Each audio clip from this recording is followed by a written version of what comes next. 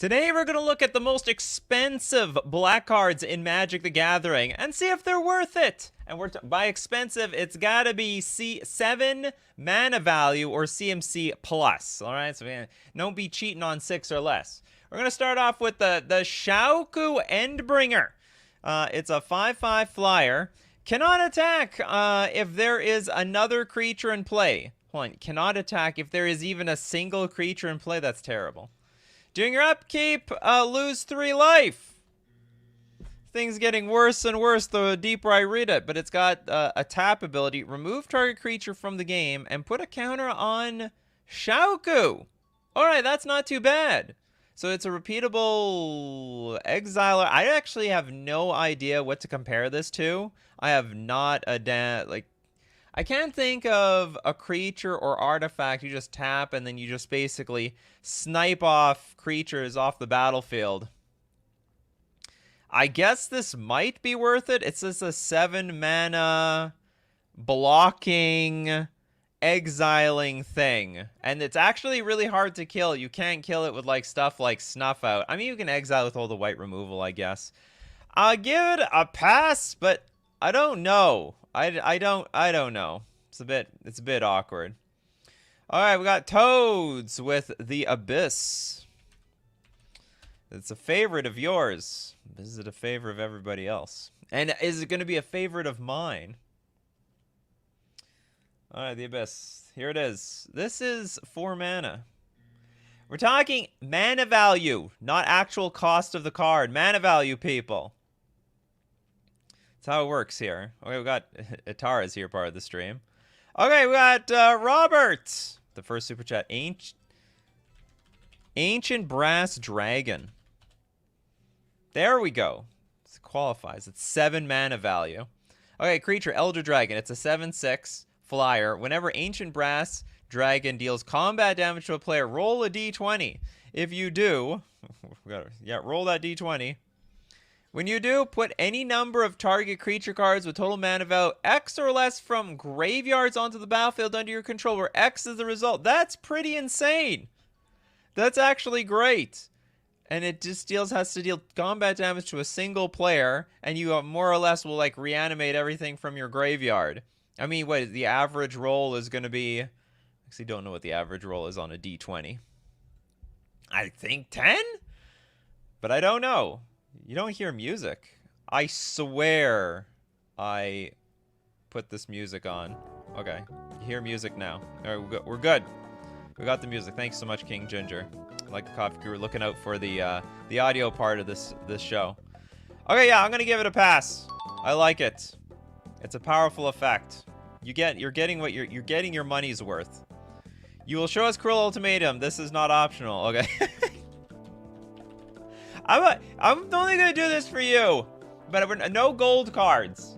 Come on, let's try to stick with. I want at least to milk a gold show out of all of this. Or I guess I don't need to, but I'd rather. Okay, red, black, blue, sorcery. Target opponent sacrifices a creature, discards 3 cards, loses 5 life, and you return a creature card from your graveyard to your hand, draw 3 cards, and you gain 5 life.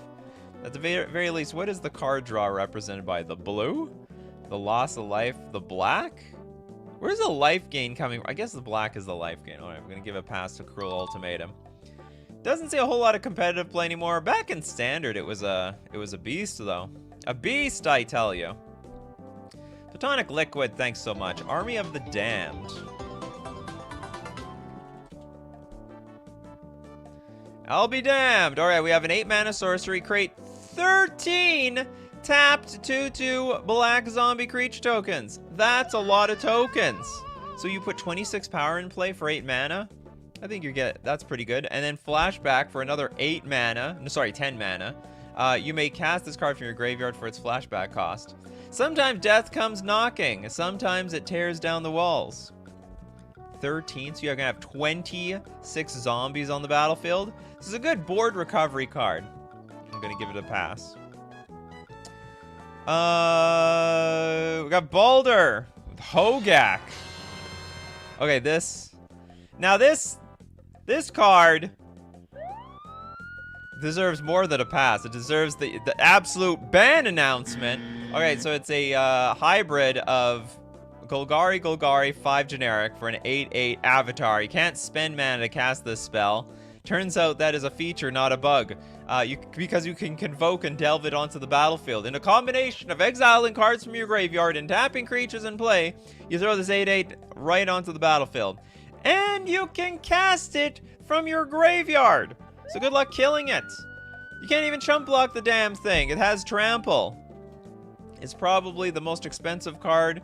It's not even it. You can't even spend 7 mana on this thing, even if you wanted to. It's basically like a 2. It's literally a 0 mana card. The casting cost is useless. It feels like a 2 mana card though, because you do need to have 2 creatures in play. As weird as that is. Monster CC, Decree of Pain. Alright, we got a 6 mana sorcery. Destroy all creatures. They can't be regenerated. Draw a card for each creature destroyed this way. Oh, that's insane. And you know what? Just based on this card, I want to disqualify a bunch of cards that happened before this one. It's got cycling too. That's weird. Okay, when you cycle Decree of Pain, all creatures get -2/-2 anyway. What's with these cards? This is insane! You're very late in the game, you Decree of Pain the board, and you basically redraw your hand. It's a one-sided, I don't know, Wheel of Fortune?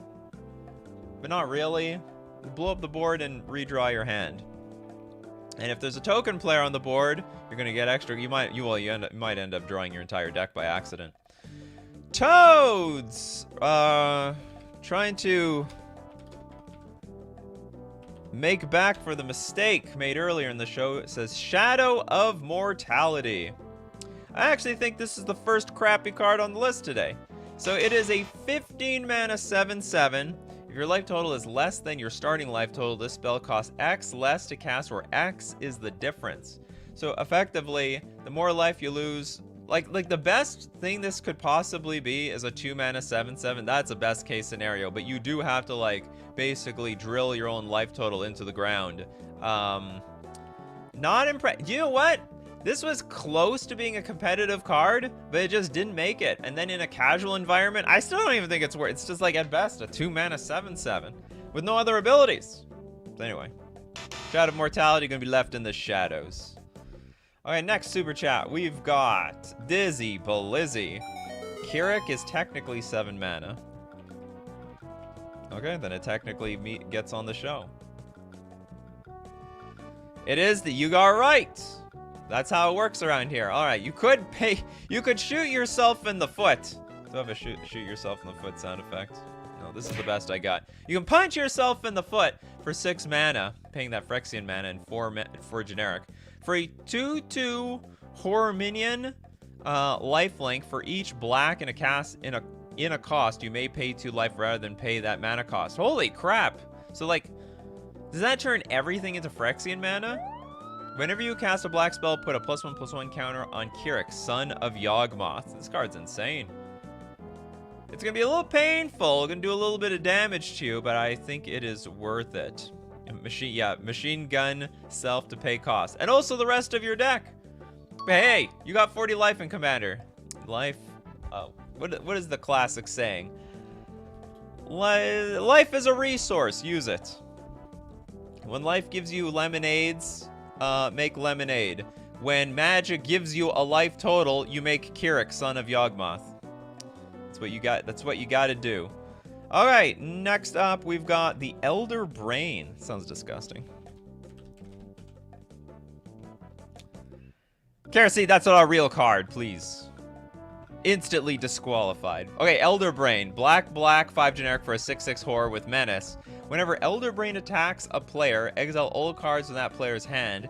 Then they draw that many cards. You may play lands and cast spells from among the exiled cards for as long as they remain exiled. If you cast a spell this way, you may spend mana as though it were mana of any color to cast it. Exile all cards. So basically, very late in the game, you're hoping people still have something in their hand to cast.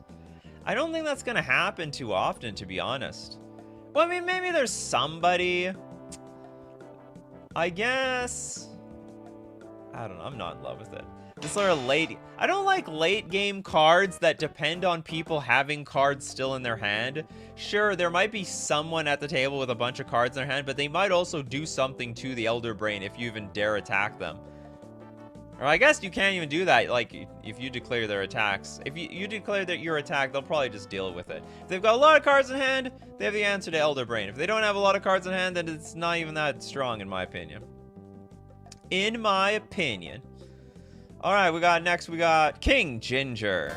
Archon of Cruelty.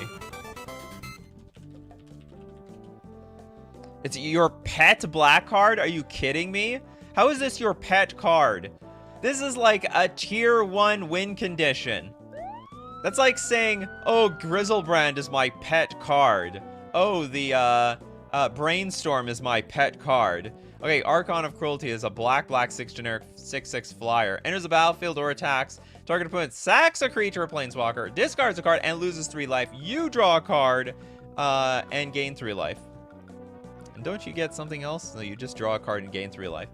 This is a card you tutor in play. They reanimate from the graveyard. They do everything. Any way you can cheat this card in play. And sometimes you actually just hard cast the damn thing. Some people...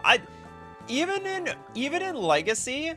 I've gotten to a point where people are like, Dark Ritual, Dark Ritual, Dark Ritual, Archon of Cruelty, and I'm like, okay, I could have countered one of those Dark Rituals with a Curse Catcher, but I didn't think that was going to happen. So anyway, this card's beyond broken. That's the level we have. This is the highest level of worth it. Next is that, and then this, and then that. That's the lowest level of worth it. Yeah, Demonic Tutor is my black pet card.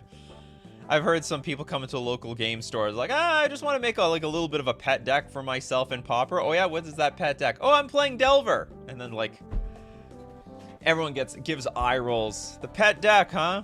Of course. Okay, let's get it out of everyone's system. Phage. Is this even remotely playable? Okay, it's got some combo potential. Okay, it's a 7-mana 4/4. That's basically crap. When Phage the Untouchable enters the battlefield, if you didn't cast it from your hand, you lose the game. So make sure you do not cast it. Make sure, don't cheat in play. When Phage deals combat damage to a creature, destroy that creature, it can't be regenerated. That's good. But also when Phage deals combat damage to a player, they lose the game. So I like this card. It's not easy to cheat in play, because you can't. This basically says you're not allowed to do it. There's some weird combos with this where you can cast Phage and make everyone else get copies of the Phage and they lose because you actually cast the thing and everyone else got copies. What else? Can't remember how you can like break this card. Just don't make it your commander. As simple as that. Don't make it your commander. It's totally fine. Toilet Duck, Chancellor of the Dross.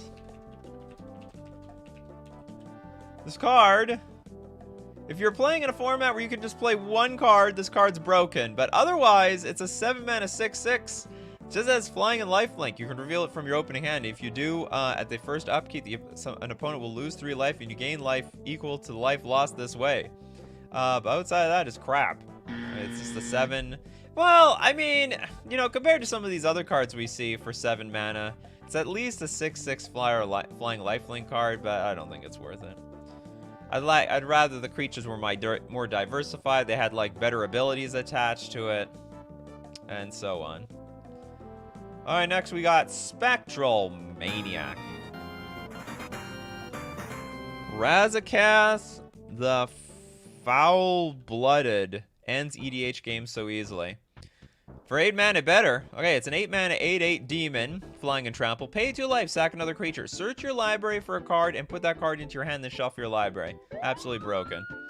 We were just talking about how Demonic Tutor is some people's pet cards. This is like... This turns all your pet creatures into Demonic Tutor. Effectively. I didn't even know this card exists. You just pay 2 life, sack a creature, and just put a card directly into your hand. You have like a bunch of little crap on the battlefield to sacrifice. This is easy, like instant win. Let's get your combo pieces together.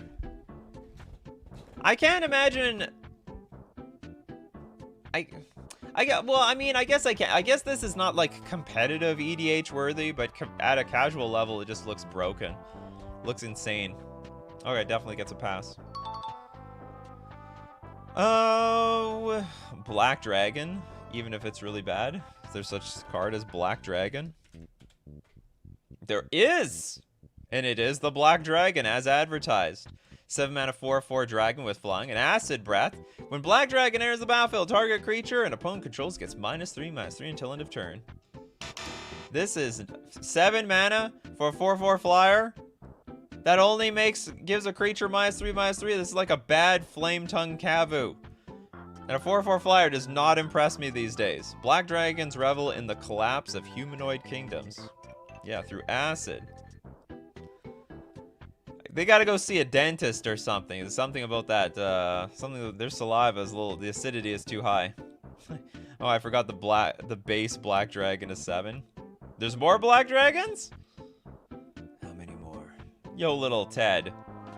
Myojin of Night's Reach.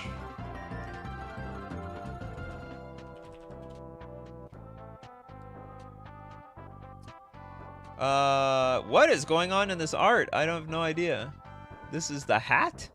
This is the head, I guess? Okay, we have an 8 mana 5/2 spirit. Myojin of Night's Reach comes into play with a divinity counter on it if you played it from your hand. Myojin of Night's Reach is indestructible as long as it has a divinity counter on it, and remove a divinity counter from Myojin of Night's Reach. Each opponent discards his or her hand. Ah. Lame. I think if it like regenerated every card in play or something like that, I would like a little bit more. Like, again, it's like, I don't like really expensive cards that affect people's hand late in the game because you're empty-handed, or you're just, like, you're sandbagging a bunch of lands in your hand. Like, nothing particularly important. So, like, you can't cheat this in play. And then when you do, and it is each opponent, but still, late in the game, not that great. The card is emblematic of how much that block sucked, with some notable exceptions. I thought the block was great. I thought it had tons of iconic cards. It was high variance, though. The block sucked even worse back then because the legend rule was awkward. Very, very awkward. Chen, Kuro Pit Lord.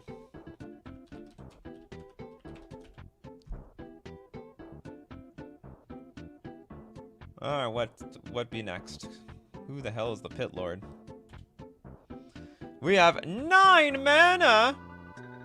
It's a 9/9 creature, Demon Spirit. At the beginning of your upkeep, sack Kuro unless you pay quadruple black. That's a throwback to Legends. Pay 1 life. Target creature gets -1/-1 until end of turn. That's not terrible. I don't mind that. So you don't spend mana and you can snipe off creatures. That makes people attacking you and also people blocking you that much more difficult because you can just shrink the creature enough that it just dies. I like it. It's a little expensive. Like, it is clunky as hell. Well, it could be your commander, I guess. It is legendary, so I mean, it's got that going for it. Is it your commander? Is it your commander, Chen? It has to be. 95% sure this is going to be your commander. You would never mention this card if it wasn't. All right, next up we got Redco, Breach the Multiverse.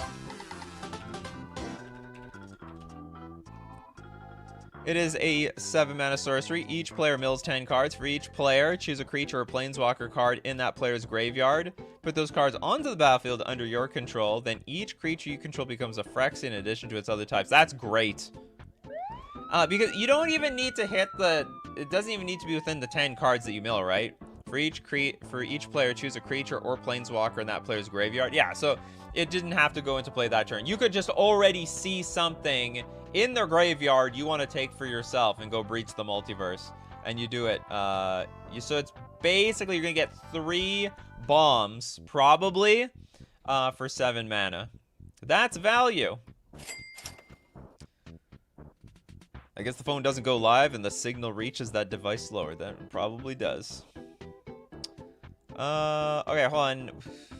What is this? The Ancient Brass Dragon. Multiple people excited about the Ancient Brass Dragon.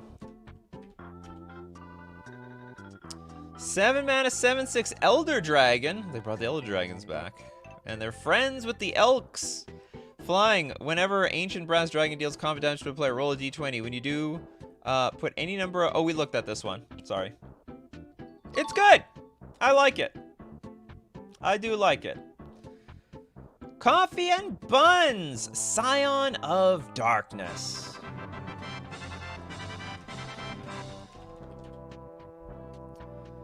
Alright, we got an 8 mana 6/6 Avatar. What makes something an Avatar? Like, I don't get it. Like, this looks like a demon to me. What is the difference between Avatar and Elemental? And, like, you know, these creature types are a little wishy-washy to me. It has Trample. It's a 6/6 creature. Whenever Sign of Darkness deal combat damage to a player, you may put target creature card from that player's graveyard onto the battlefield under your control. That's insane. Simply smack, and it's got Trample. So I mean, like, so it's got protection from Chump Block.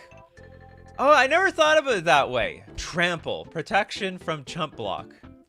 You gotta gang block this stupid thing if you want to get through it.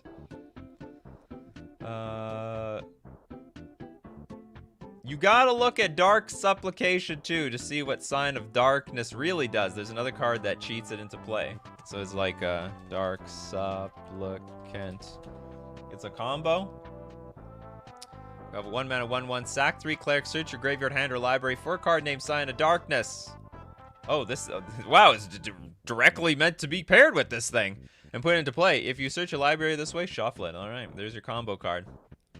Easy 4 card combo. All right, next super chat because I have many of them. King Ginger with Rise of the Dark Realms. Oh, I know this one. This one's broken.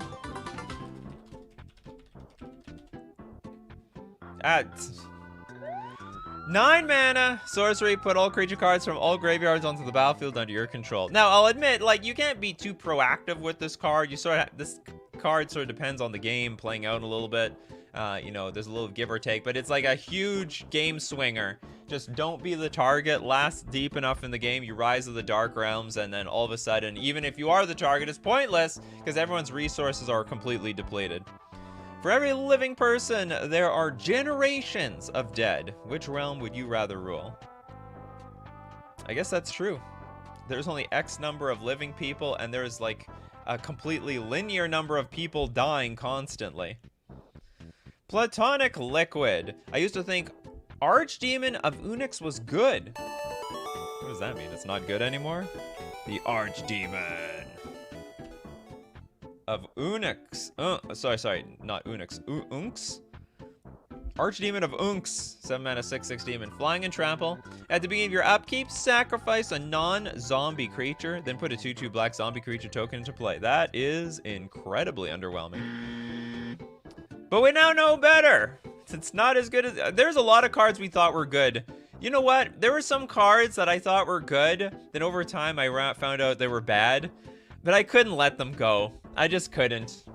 You know, I had to stick with those bad cards. Some might say I still do with Merfolk. But I make do with what I got. Make bad cards good again. Alright, Plague Wind usually wins you the game. Plague. People seem to like your Plague Wind. Okay, we have a 9 mana sorcery. Destroy all creatures you don't control. They can't be regenerated. Not bad. Not bad at all. Yeah, you blow up. I mean, it's a great board stall card. It's like you're stalling. Plague Wind! Say sayonara to your battlefield. And yours remains. And you attack the person with the most cards in hand. Alright, next up we got Brandon Hall with Shauku Endbringer.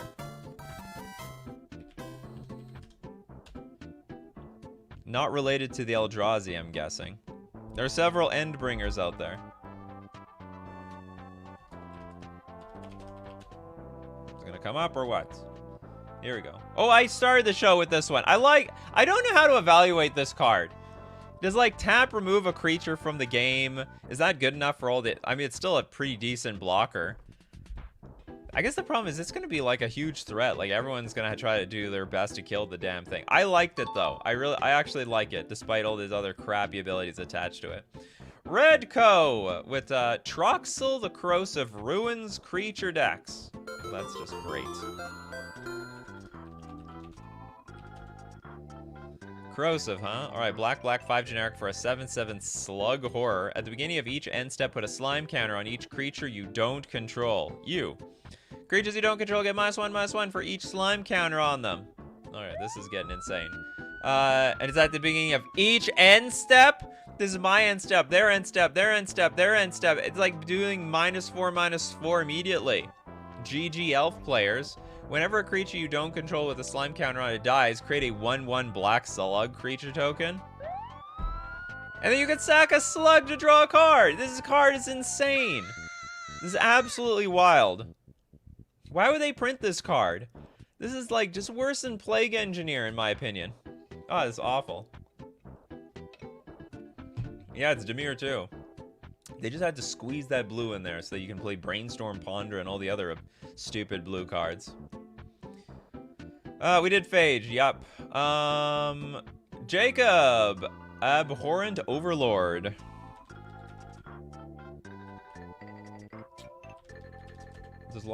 There's like a lot of popular cards I think have already been mentioned. 7 mana 6/6 flyer. Enters the battlefield, put a number of 1/1 black harpy creature tokens with flying onto the battlefield, equal to your devotion to black. A devotion card. Oh, it's a Theros card.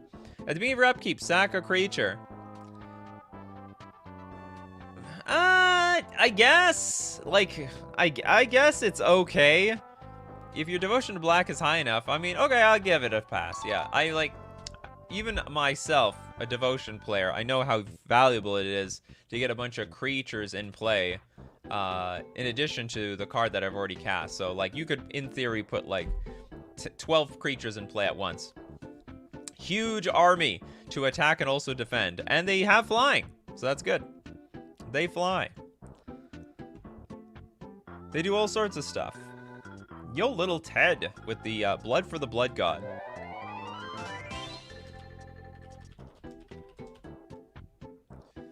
It's gold! You super chatted, so I'll do it. Okay, Blood for the Blood God. Red, black, 8 generic. Instant. The spell costs 1 less to cast for each creature that died this turn. Oh, okay, so it's... That's awkward. If you need to, like, board wipe, you're gonna spend, like, what, at least 4 mana to do that? Discard your hand, then draw 8 cards. Blood for the Blood God deals... Blood for the Blood God, exclamation point!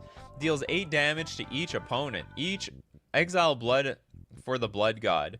So... I discard my hand. It's a one-sided Wheel of Fortune, and I dome everyone for 8. That's a great card. Very, very good. Even if I had to pay... What is it? 11 mana for this thing? Sold. Sold for 11 mana. We did Yawgmoth. What have we not done yet? Limer, Gurmag. Absolutely Gurmag Angler counts. Now this is a vanilla creature I can get behind, because in theory you could pay 1 mana for it. It's just a you know what? To the Commander players just not going to understand this card.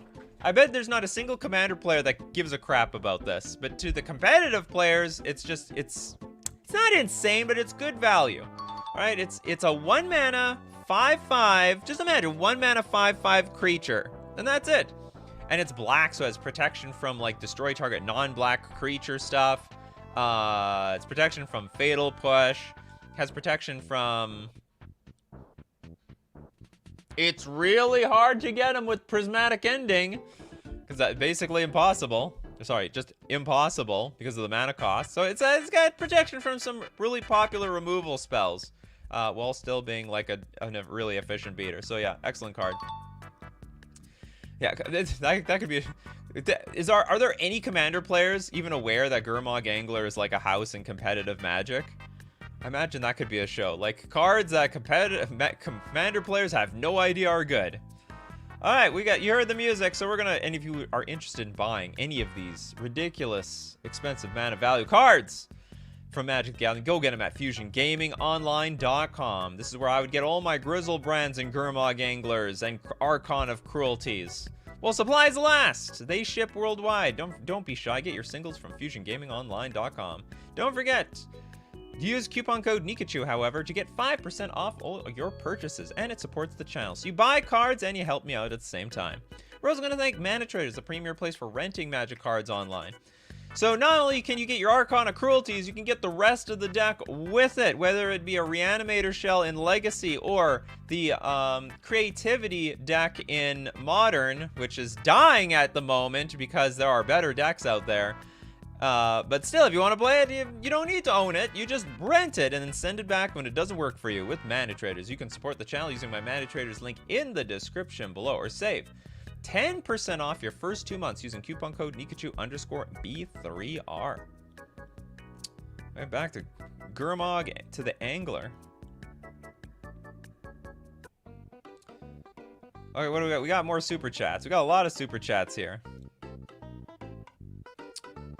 Oh, we got King Ginger with Kindred Dominance Tribal Board Wipe. Don't tell me that. Who's trying to assert dominance? It's a 7-mana sorcery. Choose a creature type. Destroy all creatures that aren't of the chosen type. I hate this card. I hate it. Shame on this card. Also, is it even good?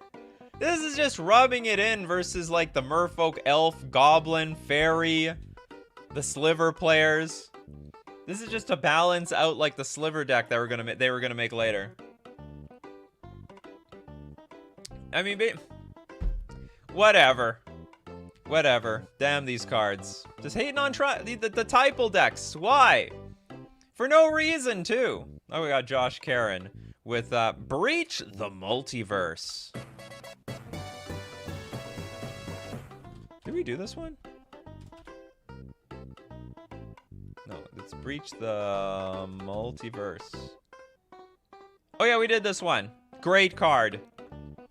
Very, very, very good. You can choose whatever you want. And also, you don't need to mill the cards into the graveyard to make it happen. Okay, Platonic Liquid with Abzos is a classic. Which one was Abzos? Bringer of the Black Dawn. Platonic Liquid looking out for Abzo in the chat, always. Alright, we got a 9-mana 5/5 Bringer. You may pay... It's like black and white Wooburg rather than pay Bringer of the Black Dawn's mana cost. It's got trample. At the beginning of your upkeep, you may pay 2 life. If you do, search your library for a card, then shuffle your library and put that card on top of it. At the beginning of your upkeep, you may pay 2 life. This card's... What the hell? What is going on here? So every turn I can Demonic Tutor for 2 life. And also the card, you just throw it in your Wooburg deck. Just throw it in your Sliver deck for all you care. Get your best Sliver. Basically, every Sliver deck needs to play this. You may pay Wooburg. Yeah, and it says Trample. This card's nuts. Easy pass.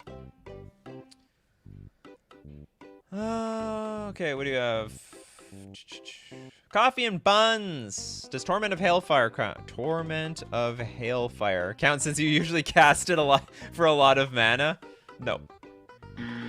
Gotta be at least 7. I mean, yeah, probably usually cast this for a ton, but not gonna count it here.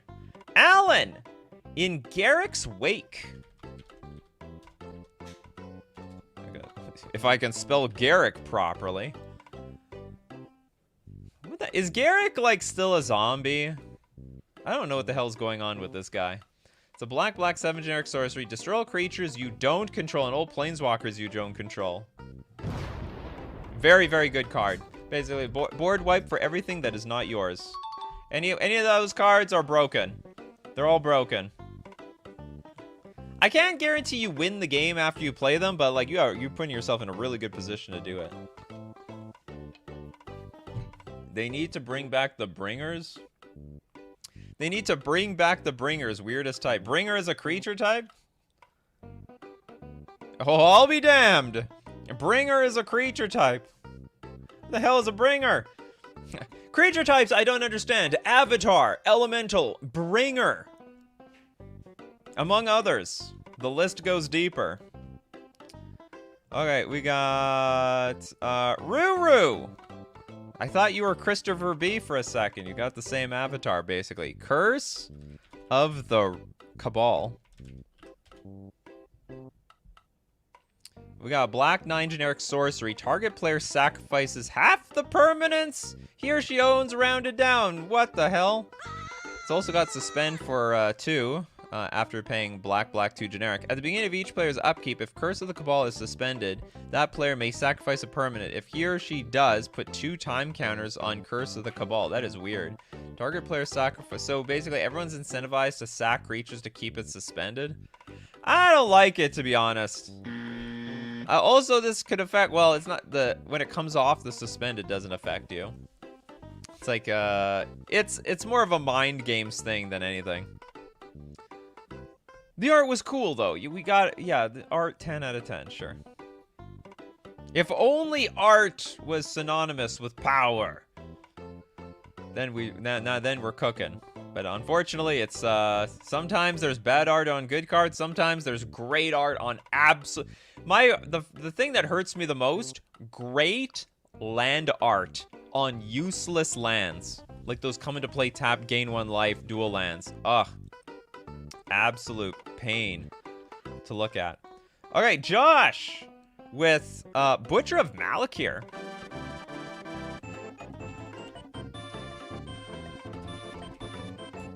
I have a million of these cards. This is called Bulk Rare City. Or they also reprinted this thing a million times. Oh, we have a 7 mana 5/4 flyer. When Butcher of Malakir or another creature you control dies, each opponent sacks a creature. It's like, okay, you gotta sack your stuff to make other people. Hold on, each opponent sacks a creature. Oh, so that's like that's still a 3-for-1. Okay, I see the appeal in Commander. You're getting good value. You sack one thing, they sack. They basically, every one thing you sack, they sack 3. In total. So I guess it's worth it. I give it to you there.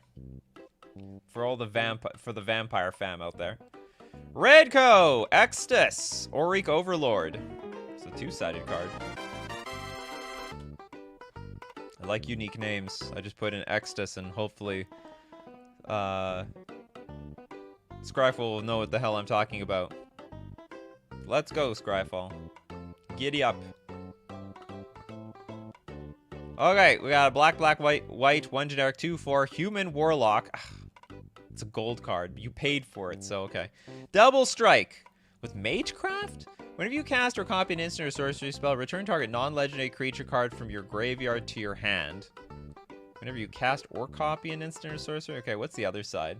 Not really in love with the first half. Awaken the Blood Avatar. For 8 mana, as an additional cost to cast this spell, you may sacrifice any number of creatures. The spell costs 2 less to cast for each creature sacrificed this way. Hold on, wait. The first half, okay, so the first half doesn't matter. It's this is the half that matters. This spell costs 2 less to cast for each creature sacrificed this way. That's, okay, that's pretty good. So you can sack a bunch of creatures and effectively make this like just a little bit of mana. Each opponent sacks a creature. Create a 3/6 black and red avatar creature token with haste, and whenever this creature attacks, it deals 3 damage to each opponent. Each opponent? That's actually insane. You might be able to win the game in 1 shot with this card. You probably could get it done, depending on the circumstances. Hold on. You sack, each opponent sacks a creature. Oh no, they only sack 1 creature, so you get at most. Okay, I get it. So you can't make them sack multiple creatures. Okay, then this has been downgraded to good, but not insane. I always thought Strixhaven was a fun idea for a set. I feel like that's an unpopular opinion. I think we're going back, and I'll tell you one thing about Strixhaven. I like the names for the groups. Like, I like Prismari better than Izzet. Prismari, like, just rolls off the tongue better. Izzet, no one calls anything Izzet. It's just blue-red control, blue-red tempo. Izzet didn't catch on. Neither did Prismari, but you know what? I'm willing to go with Prismari. Here, we have a Strixhaven fan down here with Erland.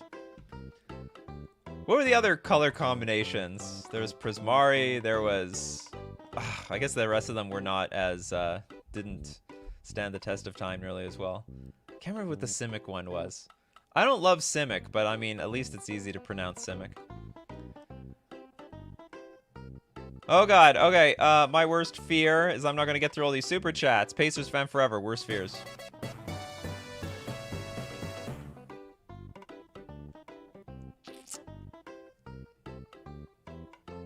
Another problem is all the people who are super chatting cards that we talked about earlier.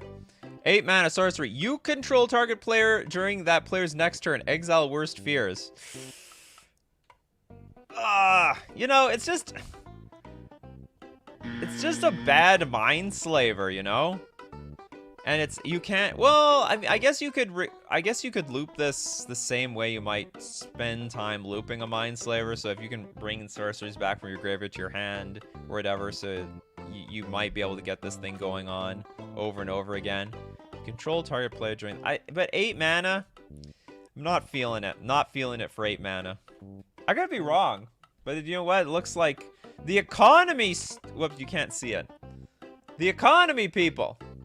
It's $2.50. It wouldn't be $2.50 if it was OP. Definitely not OP. Yeah, so sorry. This is not everyone's worst fear. Jacob Thune, the Cauldron of Eternity.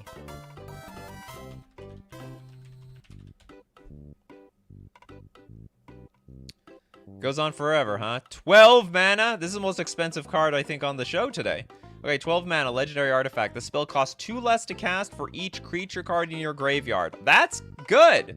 Whenever a creature you control dies, put it on the bottom of its owner's library. That's bad. Black, 2 generic, tap, pay 2 life, return target creature card from your graveyard to the battlefield. Activate this ability only anytime you could cast a sorcery. So basically, you have to load your graveyard with cards, cast this for cheap, and then, but cards don't get to go back to the graveyard. So like whatever's there, that's what you get to use for the rest of the game. Not bad though, not bad at all. You get a little bit of work to set up, but I think the payoff is there, especially since it's not even gonna cost that much. I mean, it's just, you don't even have to exile creatures in order to cast this thing. It just costs 2 less to cast for each creature card in your graveyard. So 2 mana, if you're gonna try hard enough. Richard says they should have a card which be like copy target creature card you casted last turn, even if resolved. What are you talking about? I don't want to keep track of that stuff. Copy target card you casted last turn. What did you cast last turn, Bob? I don't remember. We're just gonna have to trust you on that. I thought that was 2 turns ago. Yeah, that's not a confusing mechanic at all. There are plenty of other ways to send creatures to the graveyard. Oh yeah, there's millions of ways. You can mill them into the graveyard, just send them to their death. You can sack them. Tons of great ways. David with Baron Singer. The OG. It wasn't the first vampire, was he? I doubt it, but I don't know. Okay, 8 mana for a 5/5 flyer. Whenever a creature dealt damage by Baron Singer this turn is put into a graveyard, put a +2/+2 counter on Baron Singer. That's pretty damn strong. But the regenerate another target vampire, not very impressive. 8 mana to regenerate my vampires? Get out of here. Homeland sucks. Nothing could make Homelands good. That's too bad. Baron Singer was done dirty. Did they bring him back? Singer the Dark Baron. Not meant for the show. I'm just curious. Oh my god. Scryfall's having a stroke right now. It was flying whenever another creature dies, put 2/2 counters on Singer. Okay, they still had that mechanic. Whenever another player loses the game, you gain life equal to that player's life total as the turn began. That is weird. As partner. That's good. Alright, so you can have Singer, the Dark Baron, in addition to some other crap. Okay.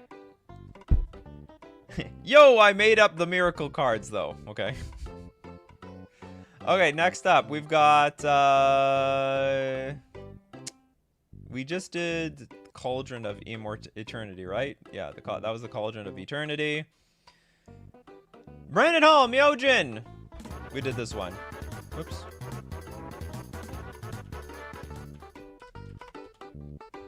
can't remember. I think it was a crap. I can't remember if it was crap or not, though. For anyone that skipped the beginning of the show, because they just like to get to the meat and heart of Coffee and MTG, we'll look at it again. Brandon paid $2, damn it. Brandon gonna get his money's worth. That's how these super chats work around here. As we stare at the singer, the Dark Baron, which, by the way, doesn't qualify on this show. 6 mana disqualified. Okay, Myojin of Grim... Oh, is this a different Myojin? Okay, it's 8 mana, 5/2, enters the battlefield with an indestructible counter on it. Oh yeah, if an indestructible counter on it, if you cast it from your hand, remove an indestructible counter from Myojin, put onto the battlefield under your control all creature cards in all graveyards that were put there from anywhere this turn. Hold on, wait a minute, I think this is a different Myojin. This is like, this is way more worth it. So basically you can blow everything up, and then it's indestructible. And so you basically board wipe, and then you get all the stuff back by removing the indestructible counter on it. That's actually insane. Okay, I like this one. Myojin are the best commanders if you want to flex on your play group. Is that how it works? There's two versions of each color of Myojin. All right, we saw the second one. Excellent choice, Brandon. Excellent choice. I shouldn't have been bashing the Myojin at all. Coulter Chase with Army of the Damned. But if it's been done, give this to a new watcher. I don't think we did Army of the Damned. Sounds like a familiar card, but I don't think we did it today. Otherwise, it's going to be a donation. We've reached the tier of Coffee and MTG where people are donating on behalf of everyone else. Yeah, we looked at Army of the Damned. All right. So who has never... Manas, I have no idea who you are. Lord of the Void. Congratulations, Mana. Coulter Chase has donated their super chat to you. The Void. Okay, it's a 7 mana, 7/7 demon with flying. Whenever Lord of the Void deals combat damage to a player, exile the top 7 cards of that player's library. Put a creature card from among them onto the battlefield under your control. It's sort of mid. This is like, it's okay, but it's not great. Doesn't have trample. Just chump block this thing. No ETB. It's close though. It's somewhere it's in between like playable and like it's like jank playable. There we go. That's the tier I'm giving it. Jank playable, but not exciting. Not OP. This is not gonna at 7 mana. You're not gonna turn the game around. Like if you're far behind and you play your Lord of the Void, you're probably just gonna die anyway. It's basically how it is. The Pugger, Citadel of Bolas. I don't think this is 7 mana. Or am I wrong? Bulk? Well, it's not bulk. It's $11. Or it's $12. If you got Lord of the Void, sell them. Sell, sell, sell, sell, sell. Get that money.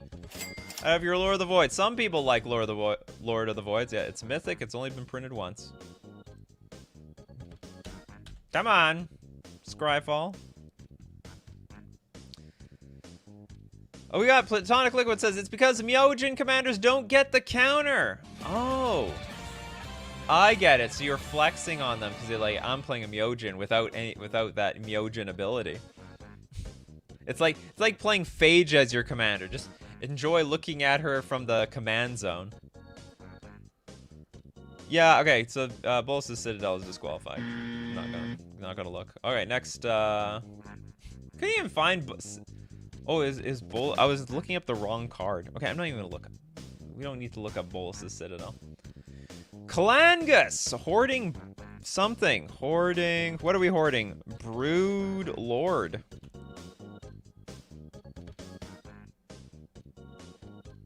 Hoard it up! What the hell is this card? This is a real card? Can't lose the game. I play my commander, you'll die. Okay, black, 5 generic for a 7/6 with Convoke. All right, so you can do a little cheatsies. Get this dragon in play. Flying when hoarding Brood Lord enters the battlefield. Search your library for a card. Exile it face down, then shuffle. For as long as that card remains exiled, you can play it. Spells you cast from exile have Convoke. spells you cast from exile. This actually is not too bad. I like it. So it's 8 mana. It's not really 8 mana. So you're probably going to tap, like, I don't know, 4 or 5 creatures to get this thing in play. You get to tutor for another card at the same time. And also, you can basically cheat other cards you put into exile for the rest of the game with the Hoarding Broodlord. I like it. Some good value there. And also not that expensive. Broodlord watches over the brood? I guess so. Champion of the Brood. Also hoarding them as well. If that makes any sense. Next up, Redco. With Ruinous Ultimatum. Truly an I win board wipe.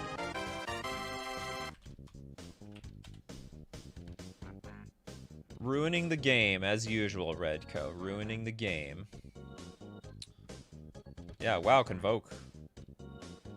We have not done Grizzlebrand, actually. That's probably one of those cards that everyone thinks that we probably did, but we didn't. Okay, we have black, black, white, white, white, red, red. Ultimatum. Destroy all non-land permanents your opponents control. Good God. So you blow up destroy all like everything. Not just the creatures, their artifacts, enchantments. I guess you can do that in the Mardu colors. Black represents destroying the creatures, planeswalkers. White, black, yeah, creatures, planeswalkers. White destroys enchantments. Red destroys the artifacts.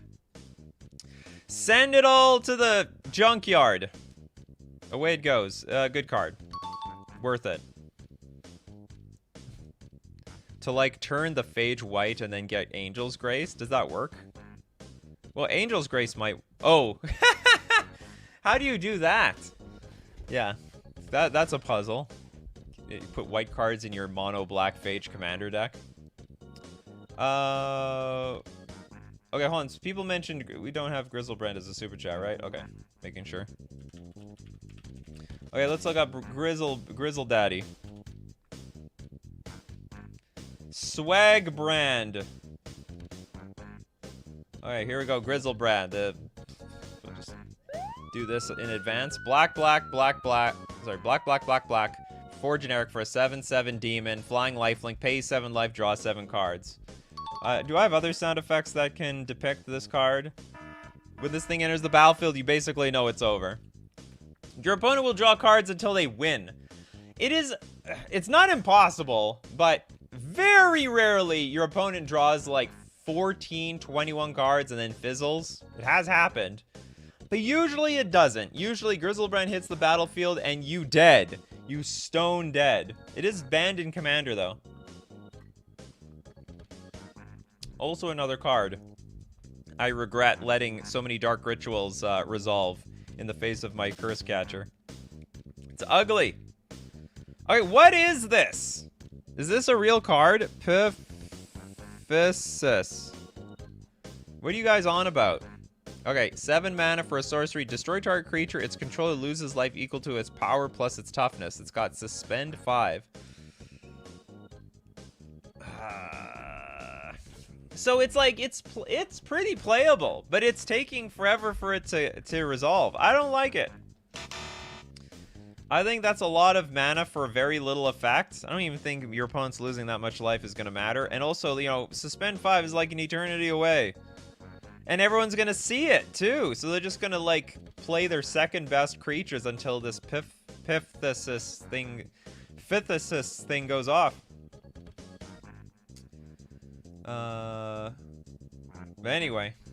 I killed a guy with Piphysis. I mean, it's possible. Hey, I'm not doubting it's possible. I didn't suspend it, though. Yeah, they didn't see it coming. Gotta do it for 7 mana. It's just saying I don't think it's reliable enough. Roger! Herald of Leshrac. Whatever the hell that is. It is a black 6 generic 2/4 avatar flyer. Commutative upkeep, gain control. Oh, this card is insane! Yeah, at upkeep you gain control of a land you don't control, and then you get all the that is the craziest commutative upkeep of all time.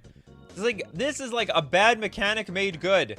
Herald of Leshrac gets +1/+1 for each land you control but don't own, and when it leaves play, each player gets all their lands back. But until then, them land be mine. Yeah, this is the ultimate landlord.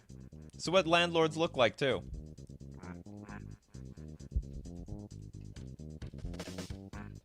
No comment after that. Okay. I gotta get through them super chats. The show gonna be over soon. Okay, did we do... I don't know if we did Grave Betrayal yet.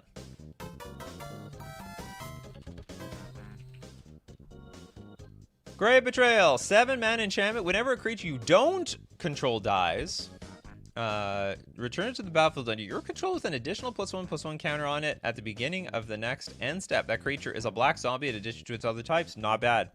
So as creatures die, they die in combat, they get blown up by board wipes or removal. They're yours now. No, nothing against that. It's good stuff. Pacers fan forever. Archfiend of Despair. What about it? Or Overseer? I don't think we did the Archfiend. 8 mana, 6/6 demon, flying. Your opponents can't gain life. At the beginning of each end step, each opponent loses life equal to the life that player lost this turn. Holy crow. So these are the types of cards that speed the game up. So like, you take 5 damage, no, you take 10. You took 10 damage, no, you took 20. This is the card that like helps end games today. And they can't gain life, so the anti-life gaining card. It reminds me of Eidolon of the Great Revel, really. Okay, next up, we got King Ginger with, for the chat, choose someone you don't recognize. All right, people, the first-timers. We get a lot of first-timers here. You know what? I think I've seen you before, but not often. Okay, Sum124C, Sutured Ghoul. This is... one on King Ginger. We got the 7-mana Star Trampling Zombie in his underwear. Do you think zombies care if they're naked? What, is he shy or something? Okay, as Sutured Ghoul enters the battlefield, exile any number of creature cards from your graveyards. Sutured Ghoul's power is equal to the total power of exiled cards, and its toughness is equal to their total toughness. Exile any number of creature cards from your graveyard. I don't really like the idea of that, to be honest. This sounds like a really bad way of, like, if you... Okay, I mean, it's not terrible, but, like, I would like to use my creatures in my graveyard for other things.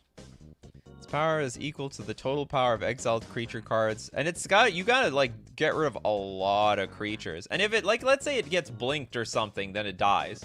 Let's say you replay it again. Like, if you have to play it again, if it gets bounced, you don't have any creature cards in your graveyard anymore. I think this is an awkward card. Zombie doesn't want you to know it's junk, fella. That's possible. Might have got eaten by another zombie. Looking for the brains. You never know what's what. Why is it stitched together? It's more of like a Frankenstein sort of thing. Alright, Coulter Chase with Ancient Brass Dragon, same as the last. Has been done. Donate the super. Thanks so much, Coulter. You're doing it for the coffee crew. Yeah, we did do this one. This is the 3rd time this card's been mentioned. Okay, we gotta do another one. Who hasn't gotten any love today? How about... Sarkar Dragon, the Skull Storm. This one's on Coulter Chase, Sarkar Dragon. Flavor is on point. It is a Storm of Skulls. It is a 9-mana sorcery. When you cast a spell, copy it for each time you've cast your commander from the command zone this game. So that could be crazy. Each opponent sacrifices a creature. Each opponent who can't loses half their life total rounded up. That's a bit underwhelming. So the more you cast your command, if it's a cheap commander, I guess you can make people sack like a ton of stuff. But like here's the problem I have with this card. It's like a worse version of all those other board wipes that we saw today. Like if I have 9 mana, if I got 9 mana to spend today, or I want to spend my 9 mana, I'd rather play it on a board wipe for the most part. I'm super late, Prince of Thralls.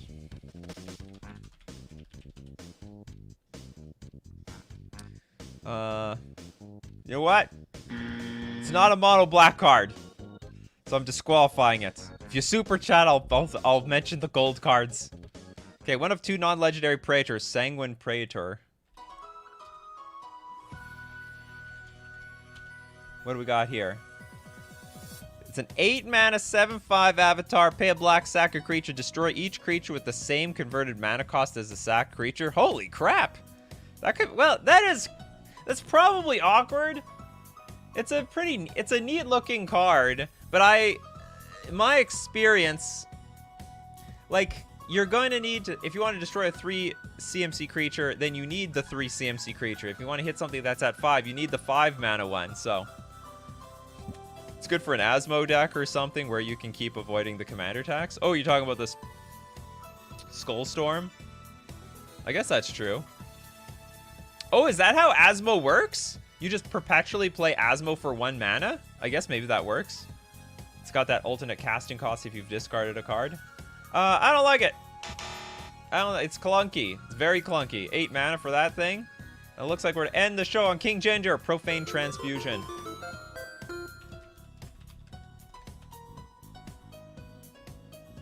Alright, black, 6 generic sorcery. 2 target players exchange life totals!